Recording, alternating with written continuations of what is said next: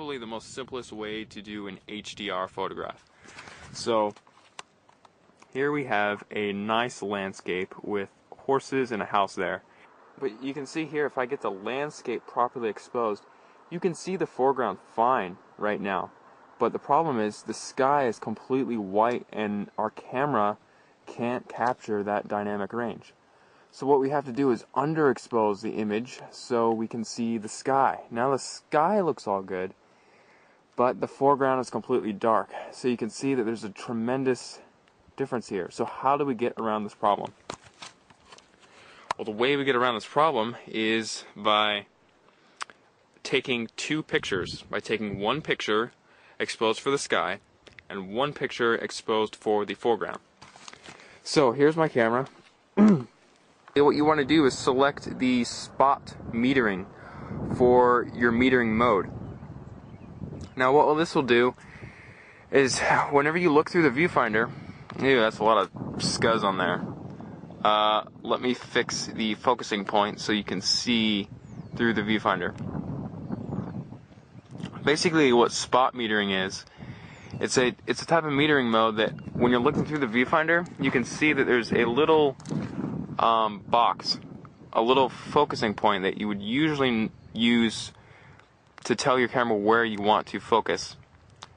But in this circumstance, when you move it around, you're telling the camera where, when, and where to expose. So when I move the box up to the sky and take a picture, that picture is exposed for the sky. But when I go back and take another picture and move the box to the foreground, right there, that picture is exposed for the foreground, and the sky is no longer exposed properly. It's just the foreground. So now what we have to do is go on the computer and combine them inside of Photoshop. Alright, so here are the two pictures. We've got the sky layer, and then we've got the foreground layer right here. Now what I need to do is combine both of these. But before I do that, I need to align them so they're perfectly aligned. Because when I push the button on my camera, the pictures get off alignment just enough for it to be imperfect. So what I'm going to do is select both layers by selecting the first one first, and then holding down my shift key and then clicking the next layer. So I got both of them selected.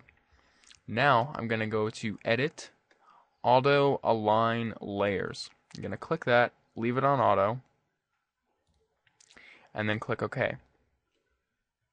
Now they're perfectly aligned. Now you see that was just a little nudge, just a little tap, not much of anything, but it's still there and it's still noticeable. So now we're going to combine them. So let's select the top layer and create a layer mask on this. Now with the layer mask selected, I'm going to grab the gradient tool right here. Make it a regular gradient. And then I'm just going to draw a line from top to bottom. And now I actually did that in reverse, so I'm going to draw a line from bottom to top actually. And there you go. Now this needs perfecting. You need to go in here and actually work with this a little bit more. Right about there looks pretty good. So now that just made a smooth transition between the two pictures. There's one thing that happened though, and the foreground layer right here is actually kind of, when you look at the grass, it actually is kind of faded. And I think the reason why it's faded is because the sky was so bright and all that light was coming into the lens, and there was just some light spill, and it just kind of just made the overall picture more white and more faded.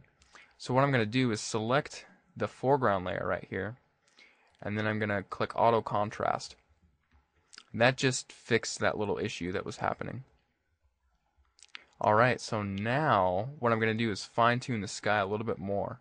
I'm going to go back to my layer mask, and I'm just going to paint in some more dark areas on the layer mask to really bring out the sky.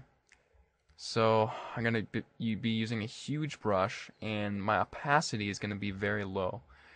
If I had on 100% opacity, I would just kill it to death. I would pretty much just nuke the whole thing like that.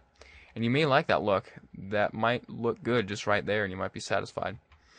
But I just want to kind of ease it in, not do it too much. So what I'm going to do is leave it at about, I don't know, 20%. And then just kind of go in here and just ease it up. Just slightly just kind of draw that back in. Alright, that's looking fine right there. And now I'm actually going to even fade it out even more, just a little bit, because I really don't want that cheesy HDR look, even though this picture kind of has it already because of the halos around the trees. But that's kind of unavoidable. So there it is. Not looking bad. If we look at the before and after, here's the before and here's the after.